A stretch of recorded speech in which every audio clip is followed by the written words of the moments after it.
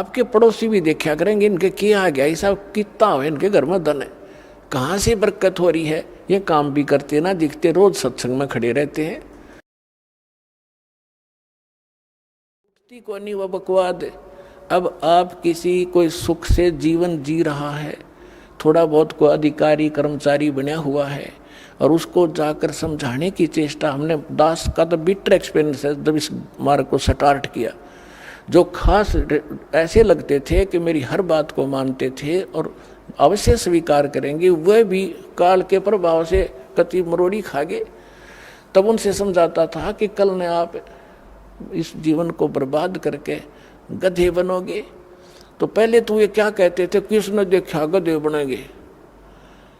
फिर हम बताते थे जैसे अंधा गलत मार्ग जा रहा है, बाग की बजाय जंगल में जा रहा है, और उसको कोई आंखों वाला कहे कि भाई सूरदास आप गलत रास्ते आ रहे हो, कहाँ जा रहे हो, कहता हूँ बाग में जा रहा हूँ। नहीं बाग नहीं है, इधर तो भयंकर बियाबान है, इसमें हिंसक जानवर है, तुझे खा जाएंगे पाड़ के, आप वापस जाइए और इधर हो जाए, बैक जाइए। और वो अंधा नो का किसने देखा है, देखी जाएगी है, कोई बात है। अंधे न दिखता ना, आँखें लगी वो मानने ना, तो मर बाड़ में पड़ कुएं में जा, फिर उस बड़ में वो काम तो होगा ही होगा जो बता रहा आँखों वाला। तो ये जितने संत थे ये आँखों वाले थे जिनको भगवान मिले, दास ने जिनके अभी शुभ नाम आपको सुनाई। इन महापुरुषों ने हमें मार्गदर्शन किया है कि कोट जन्म तन भर मत होगे, कुछ ना हाथ लगा रे, कुकर सुकर खरवा बोरे, कौआ हंस बगारे। कालजा पाट जा जब जिस दिन आपकी अकाल की बांग उतर जाएगी, कुत्ते गधे सुअर बन जाओगे। आज तो आपका दस्ती को ना काम बन जाएंगे, कुछ समय पर टूक मिल रहे हैं, अच्छा बढ़िया कोठी मिल गई और समझना रिया कहानी बिगड़ेगी, मृत्यु के तुरंत मृत्यु हुई और फिर वो काम आपका तैयार है जो संतों ने पहले बता रखे। तो वो क्या कहता है जिससे हम समझाया करते, देखी जाएगी किसने देखा। अरे देखा जिन्हें वो बता रहे हैं वो मूर्ख थोड़े ही थे। तो अंधे ने ना दिखे तो आँखों की मान लेनी चाहिए, और फिर देखी जाएगी। गधा अपने पास के देखेगा, फिर तो कुम्हार देखेगा। अपना देखना देखना तो अब है, बुराई छोड़ सत्ज्ञान ग्रहण कर, गलत साधना भी त्याग, और सतलोकाश्रम बरवाला जिला हिसार में और कल्याण करा।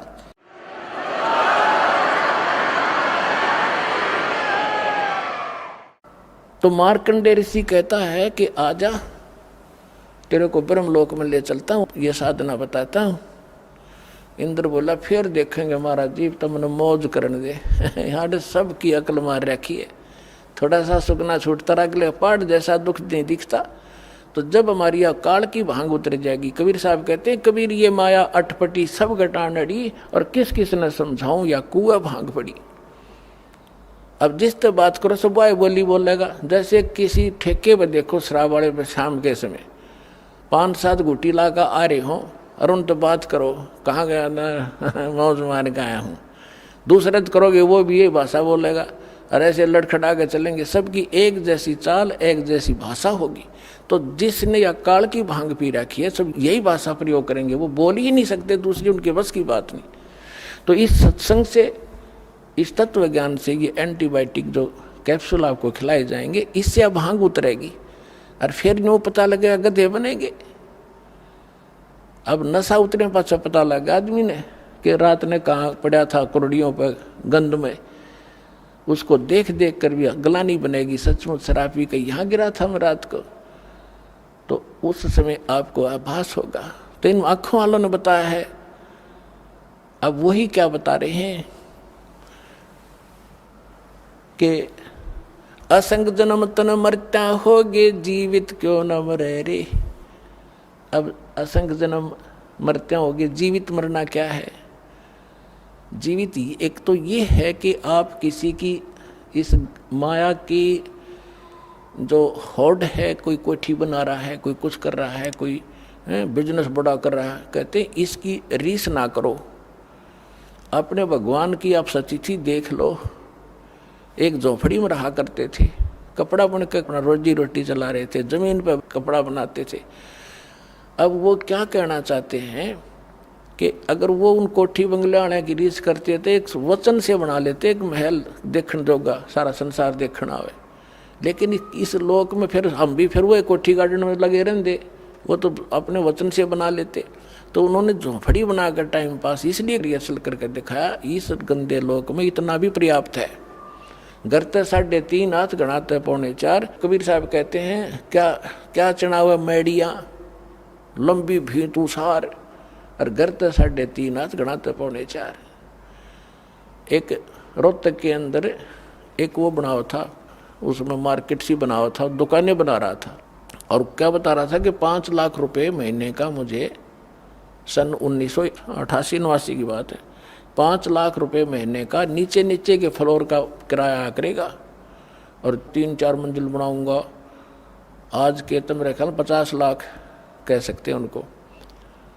और वो बनाते बनाते उसका लेंटर डला था, और महीने की उनकी तनख्वाह दे रहा था, वो देकर तनख्वाह, जो नौकर लगे हुए थे वहाँ मजदूर सेवादार, उनको तनख्वाह देकर वो अपने गिन रहे थे, और वो नहाने लग गया वहीं पर। गर्मियों का दिन था, टूटी चला गया, नहा के तहमंद बांध दिया था भगत ने, और जब बलो डिग के गिर गया हार्ट अटैक हो गया, चाट ले उसको ठी ने।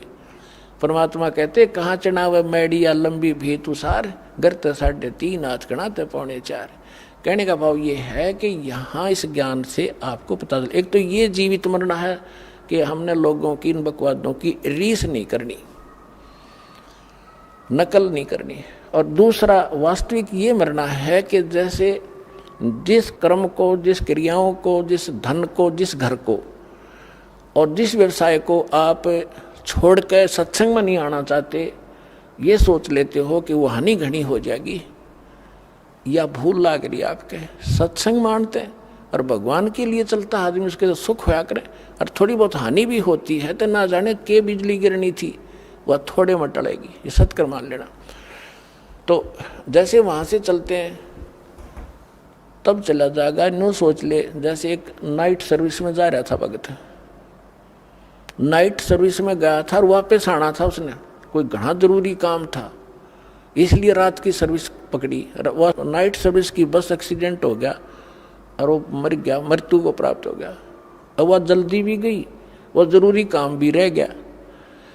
अब जैसे नो सोच ले यहाँ आने के लिए कि जैसे आज हमारी मृत्यु हो जाए, तो जिसके लिए हम सत्संग में भी नहीं आना चाहते वो भी गया, वो कतिये खत्म हो गया। तो ये सोच कर यहाँ चल पड़ा कि नो सोच लो मेरी मृत्यु होगी आज, और 3 दिन 4 दिन आप आ जाओ यहाँ मृतक हो गए। अब 3 दिन में 4 दिन में यदि कोई हानि होती है तो फिर जाकर संभाल लेंगे उसने, वैसे तो होगी नहीं, परमात्मा आपको घना सहारा देगा। और जब परमानेंट टिकट कट गई फिर क्या करोगे, फिर भी तो रहेगा सारा काम धरा। तो इस प्रकार आप यहाँ आओ तो न्यू सोच लो कि भी मर गए, ये तो कभी भी हो सकता है, यू काम तय।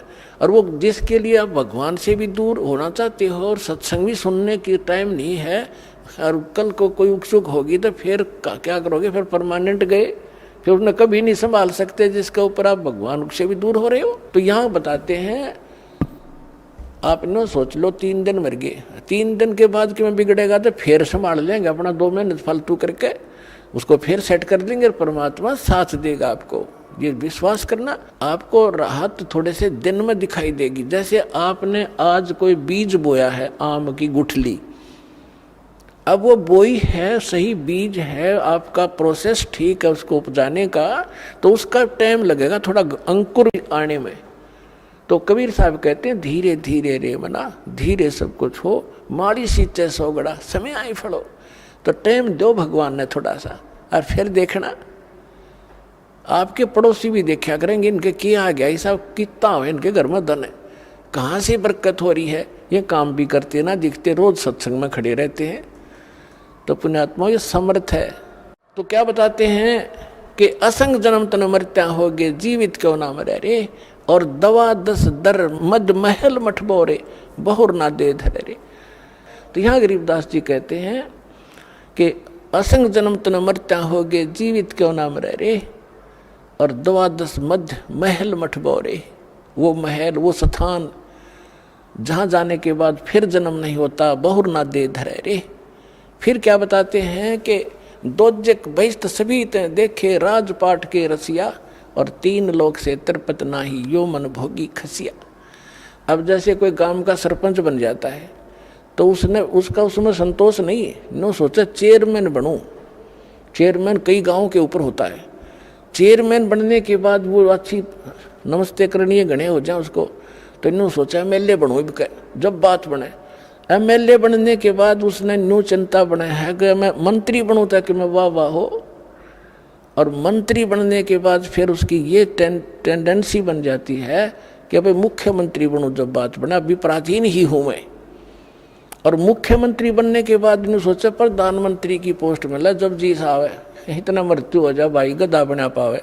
तो परमात्मा कहते कि द्वजक भिष्ट सभी ते देखे राजपाट के रसिया, और 3 लोक भी दे देना इस मन पापी को। इसका संतोष नहीं है आपकी दुर्गति कराने के लिए। कहते 3 लोक से तृप्त नाही, ये मन भोगी खसिया। फिर क्या बताते हैं, सतगुरु मिले तो इच्छा मेटे, पद मिल पदे समाना। सतगुरु मिले तो ये इच्छा मिटावे यहाँ की बकवादों की, इस गंदे लोग का शीशा सामने करके दर्पण दिखा देगा। सतगुरु मिले तो, सच्चा संत मिले तो इच्छा मिटे, और पद मिल पदे समाना। जैसे गीता अध्याय नंबर 15 के श्लोक नंबर 4 में कहा है कि तत्वदर्शी संत की प्राप्ति के उपरांत परमेश्वर के उस परम पद की खोज करनी चाहिए, जहाँ जाने के बाद साधक फिर लौट कर संसार में नहीं आते। अब ये सूक्ष्म वेद, इस गीता और वेद और इनके ज्ञानों से भी परम गूढ़ ज्ञान है इसके अंदर। इसमें क्या बताया गरीबदास साहिब जी ने कि सतगुरु मिले तो इच्छा मिटे, और पद मिल पदे समाना। पद, पद माने पद्धति, ये कोड वर्ड है संतों के। एक करेक्ट, एक्यूरेट और सही जो पद्धति मिलेगी, भक्ति की विधि मिलेगी, वो पद मिले। पद मिल पदे समाना। फिर कौन से पद में समा जाओगे, जहां जाने के बाद साधक फिर लौटकर कभी संसार में नहीं आते। सतगुरु मिले तो इच्छा मिटे, और फिर वो सतगुरु मिलेगा तो वो पद्धति भी सही बताएगा, और जिस पद्धति से फिर वो परम पद प्राप्त होगा, जहां जाने के बाद साधक फिर लौटकर कभी संसार में नहीं आते। सतगुरु मिले तो इच्छा मिटे, पद मिल पदे समाना, और चल हंसा उस लोक पठाऊं। गीता अध्याय नंबर 18 के श्लोक नंबर 62 में कहा कि अर्जुन तू सर्वभाव से उस परमेश्वर की शरण में जा, उसकी कृपा से तू परम शांति को और उस सनातन शाश्वत स्थान को, सनातन परम धाम को प्राप्त होगा, अमर धाम को प्राप्त होगा। सतगुरु मिले तो इच्छा मिटे, पद मिल पदे समाना, और चल हंसा उस लोक पठाऊं, जो आदि अमर स्थान है, जो शाश्वत स्थान है। फिर वहाँ क्या सुख है, 4 मुक्ति जा चंपी करती माया होरी दासी। जो यहाँ की 4थी मुक्ति है वो भी नाशवान है, लेकिन वहाँ तेरे चरणों में सदा सुख उससे भी अधिक पड़ा रहेगा। तेरे हाजिर नौकर की तरह खड़े रहेंगे ये सुख। 4 मुक्ति जा चंपी करती माया होरी दासी, दास गरीब अबे पद पर से, वो मिले राम अविनाशी। परम अक्षर उत्तम पुरुष तु अन्य परमात्मा इति उद्धारते, ये लोग term आविश्य विवर्ती अवैश्वर। कहते वो अविनाशी परमात्मा मिलेगा, और 4 मुक्ति तेरे चरणों में सदा पड़ी रहा करेंगी। तो वो साधना इस दास के पास से उपलब्ध करो और अपना कल्याण कराओ।